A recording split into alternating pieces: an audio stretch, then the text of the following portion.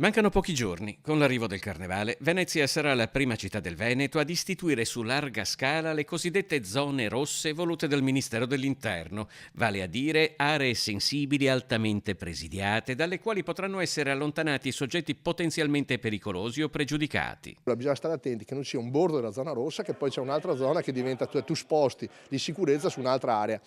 Per cui le dovranno essere valutate bene, ma sono assolutamente d'accordo, vanno fatte, noi le stiamo già facendo da anni, difatti quelli che adesso stanno certificando le hanno copiate da noi. Le zone rosse non saranno solo a Venezia, ma anche nelle aree difficili dell'entroterra, a Marghera come nei dintorni della stazione di Mestre, a partire da quella via Piave scelta da Forza Italia proprio per fare il punto sullo stato della sicurezza in città, con tra gli altri i vertici regionali e locali del partito. Noi abbiamo un'ottima polizia municipale, ma deve essere integrata dalle altre forze dell'ordine come la Polizia di Stato, i Carabinieri.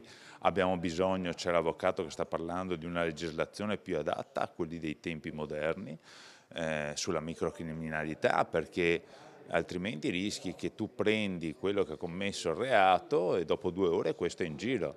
Quindi c'è un problema anche di carceri, che è bene porsi del problema che le carceri sono sovraffollate. Ci sono diversi piani di lotta alla criminalità e al degrado e alcuni, pur con tutta la buona volontà delle amministrazioni comunali, non possono che essere affrontati a livello parlamentare e governativo. Su questo fronte comunque non siamo all'anno zero, ha aggiunto Zuin, pur riconoscendo le difficoltà che si vivono in alcune aree del comune. Non tutta Mestre, alcune strade che danno un po' più di preoccupazione.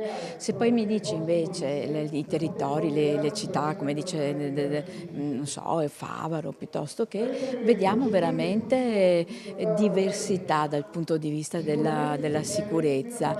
Questi lazzaroni ci saranno sempre, non è che tu abolisci il lazzarone, devi soltanto trovare delle norme, dei meccanismi, delle pratiche che riescano a tutelare la sicurezza delle persone. È assurdo quello che succede, però queste cose vengono fatte solo in Italia, perché all'estero ti dà un sacco di botte e finisce la storia, una barata di botte.